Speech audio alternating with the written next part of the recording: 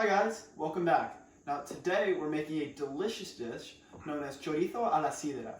Now what this is it's a tapa that can be found all over Spain in all the bars.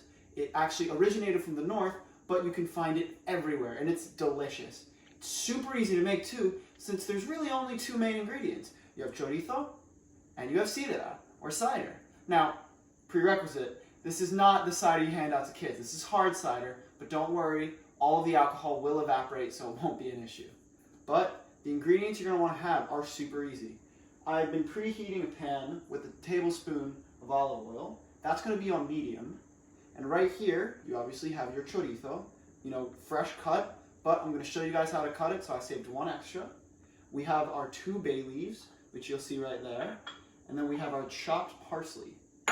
Now, obviously the last ingredient is the cider. Now, again, we've gone with hard cider. If you want to make your own or something like that, go ahead, that's perfect. But what we have right here works too. And let's just dive right into it. Super easy dish, and let's get started. So, to begin, you're going to want to cut your chorizo into 2-centimeter slices. Now, you don't want to go too small, or else it's just not going to it just doesn't work as well. It doesn't cook as well. It doesn't take in as much flavor. It just works way better if you have some, nice meaty chunks, but not too big that you can't fit them in your mouth. So we're just going to want to line this up. It's about 2 centimeters. You don't want to go too much above that, but you definitely don't want to go too small. So that seems about right.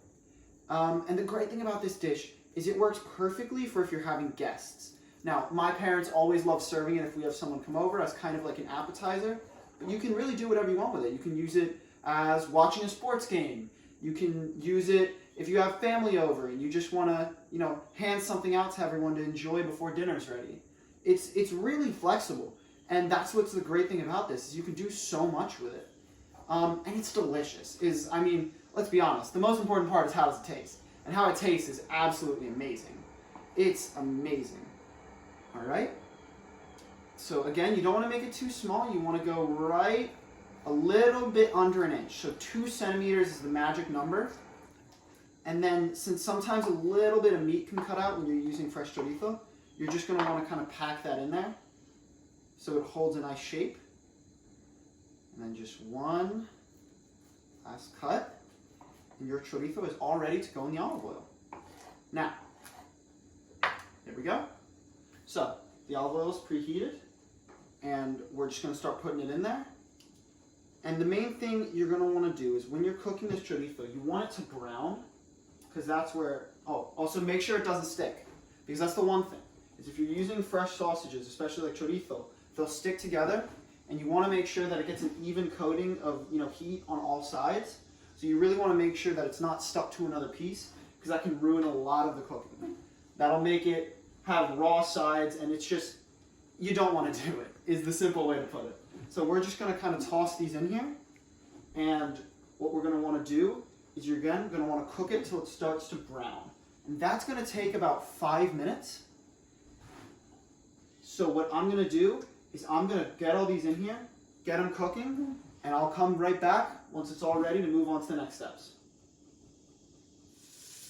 Hey guys, and welcome back. Now it's time to add the next ingredients, and the second most important ingredient are cider. Now what you're going to want to do is you're going to want to add 1.5 cups of cider. So we have our lovely measuring cup right here. Just going to open that carefully and just carefully pour that in. So you get to about 1.5 cups.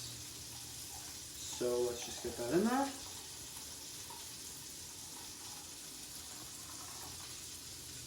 There we go. Seems perfect.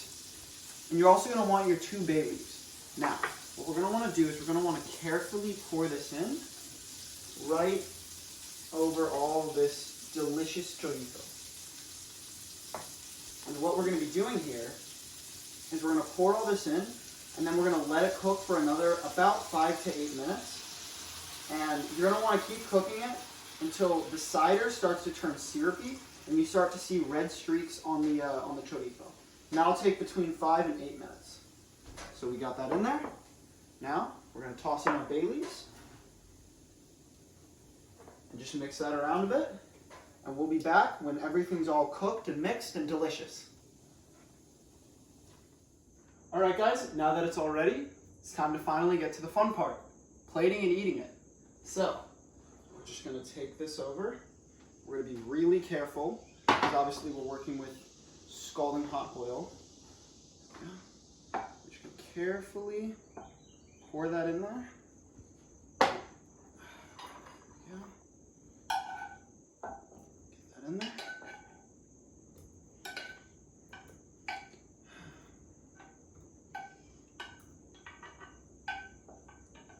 There we go. Perfect. Put that back. Add our garnish.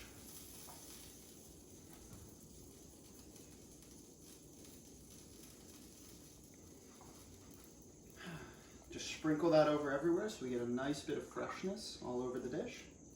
You don't want to totally coat it so it overpowers the flavor, but you want enough that you get a nice bit. Just take our toothpick, stab at it.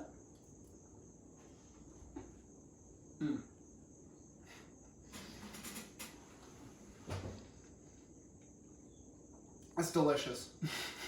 That is really good.